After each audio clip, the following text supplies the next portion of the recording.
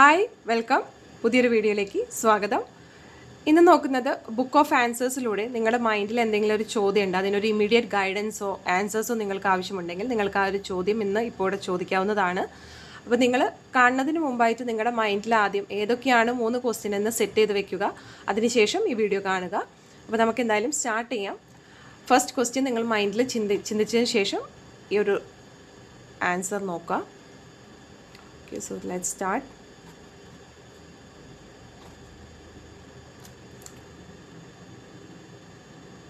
Okay, the first question നിങ്ങൾ ചോദിച്ചതിന് answer ഇവിടെ തന്നിരിക്കുന്നത് your action will improve things എന്നാണ്. അപ്പോൾ നിങ്ങളിപ്പോൾ ചെയ്തുകൊണ്ടിരിക്കുന്ന ഒരു ആക്ഷൻസ് അല്ലെങ്കിൽ പ്രവൃത്തികളിൽ നിന്നും കുറച്ച് മാറ്റങ്ങൾ വരുത്തേണ്ട ആവശ്യമുണ്ടെന്നാണ് ഇവിടെ മനസ്സിലാക്കുന്നത്. അപ്പോൾ നിങ്ങളുടെ ചുറ്റുപാട് നല്ലതല്ലെങ്കിൽ അതിന് ഒരു പരിധിവരെ നിങ്ങളുടെ ആക്ഷൻസും കാരണമാണ് എന്നാണ് ഇവിടെ കാണുന്നത്. അപ്പോൾ അതിലൊരു ചേഞ്ചസ് വരുത്താനായിട്ട് ശ്രദ്ധിക്കാം. So let's start with second one.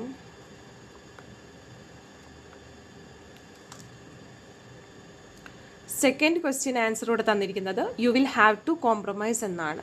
അപ്പോൾ നിങ്ങൾ ആലോചിച്ച ചോദ്യത്തിന് നിങ്ങൾക്ക് പ്രശ്നങ്ങളായിരിക്കാം, അല്ലെങ്കിൽ എന്തെങ്കിലും ഒരു ആശയക്കുഴപ്പമായിരിക്കാം.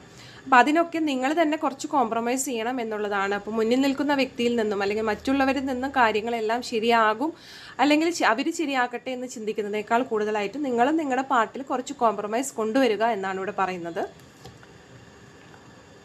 Let's move on to question number 3.